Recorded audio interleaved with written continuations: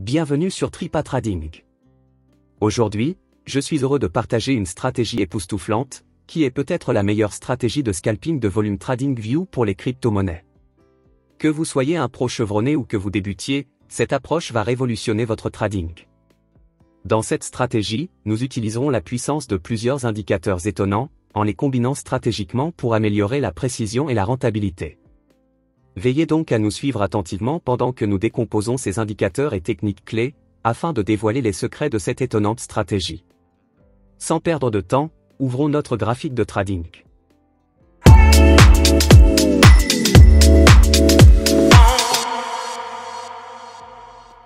Je suis donc en vue trading, et voici à quoi va ressembler notre graphique une fois que nous aurons configuré nos indicateurs. Je vais utiliser un graphique de Bitcoin sur un cadre temporel de 15 minutes pour expliquer cette stratégie.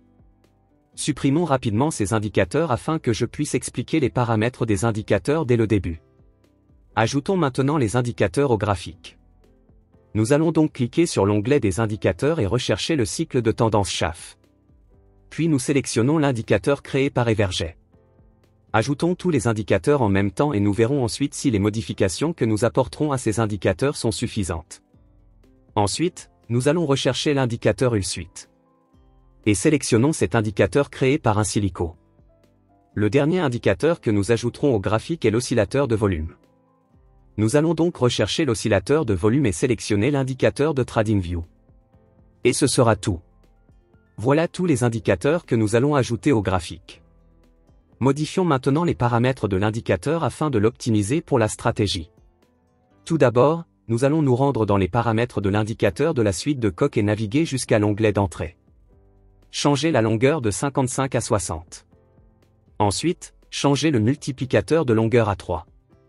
Nous garderons les paramètres de style de la suite de coques inchangés. Nous allons maintenant fermer l'onglet des paramètres. Nous devons cependant encore modifier les paramètres des autres indicateurs. Nous allons donc nous rendre dans les paramètres de l'indicateur STC et naviguer jusqu'à l'onglet Style. Je vais changer le style des lignes pour rendre l'indicateur plus facile à lire. Vous pouvez le modifier à votre guise. Nous ne modifierons pas les paramètres d'entrée de l'indicateur STC, vous pouvez donc fermer les paramètres de l'indicateur. Passons maintenant au réglage de l'oscillateur de volume. Nous allons rendre la ligne de l'oscillateur de volume un peu plus visible. Passez donc à l'onglet Style et modifiez la couleur et l'épaisseur du tracé. Une fois que vous avez fait cela, faites de même pour la ligne 0. C'est tout ce que nous avions à modifier concernant les paramètres de l'indicateur. Au fait, si vous n'avez pas envie d'analyser les prix vous-même, vous pouvez rejoindre mon groupe Telegram gratuit. J'y partage quotidiennement les positions d'achat et de vente que j'ouvre. Le lien se trouve dans la description sous cette vidéo. Voyons maintenant comment ces indicateurs sont utilisés par les traders professionnels et à quoi ils servent. L'indicateur de la suite de coques est une moyenne mobile extrêmement réactive et fluide. Il a un décalage minimal et des courbes lisses, nous verrons plus tard comment nous utiliserons cet indicateur. Une très courte présentation de l'indicateur STC est qu'il s'agit d'un outil d'analyse technique qui combine l'analyse des cycles et les moyennes mobiles pour identifier les tendances et les renversements potentiels. Il est considéré comme plus précis et plus fiable que les autres indicateurs parce qu'il ajoute une composante de cycle basée sur le cadre temporel. L'indicateur de volume est bien sûr utilisé pour savoir si le volume est suffisant sur le marché. Voyons maintenant comment utiliser ces trois indicateurs pour prendre position. Nous devrons d'abord jeter un coup d'œil à l'indicateur UlSuite, en nous basant sur la couleur et la position à laquelle le prix se négocie, nous conclurons si le UlSuite indique une tendance haussière ou baissière. Nous utiliserons l'indicateur STC comme signal d'entrée. Nous entrerons en position selon que l'indicateur STC est au-dessus ou au-dessous de la ligne 75. Enfin, nous utiliserons l'oscillateur de volume comme indicateur de confirmation. En fonction de la valeur de l'indicateur de volume, nous déciderons si le signal d'entrée est valide et si nous devons entrer en position. Maintenant que vous savez exactement comment nous allons utiliser ces indicateurs, voyons d'abord quand entrer en position d'achat.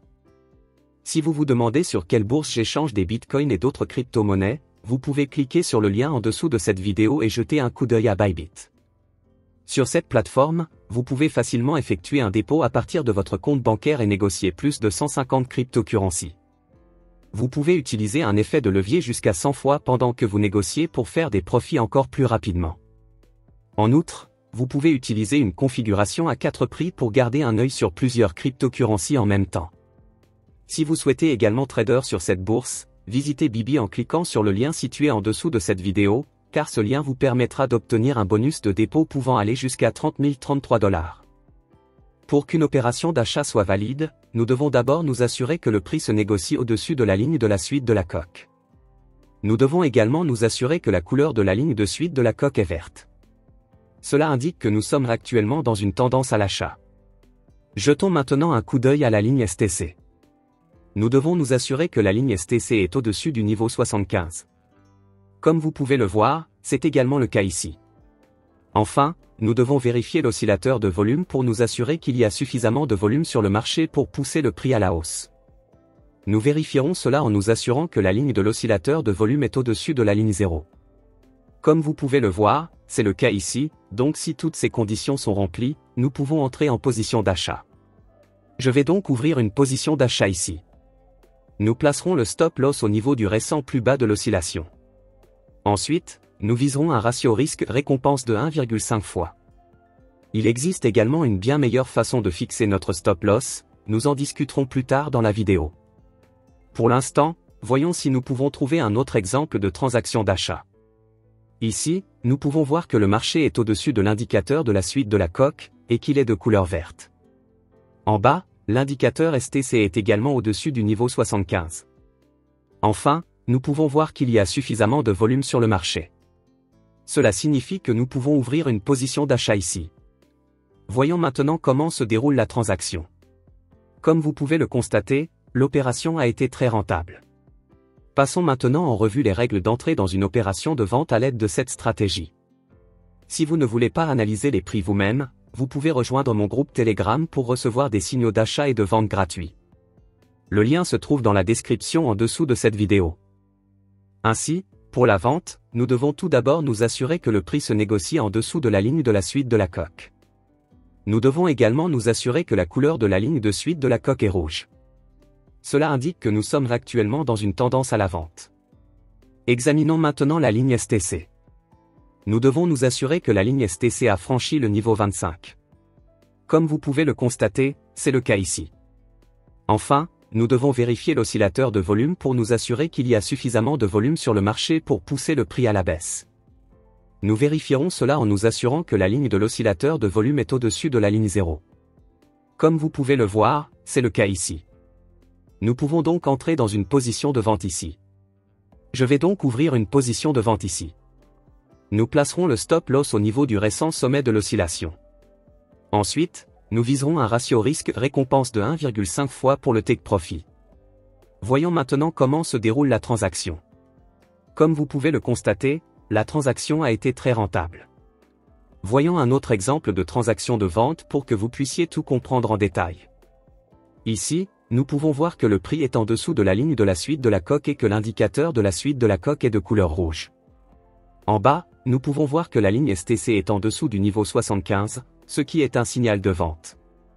Enfin, nous avons un volume suffisant sur le marché.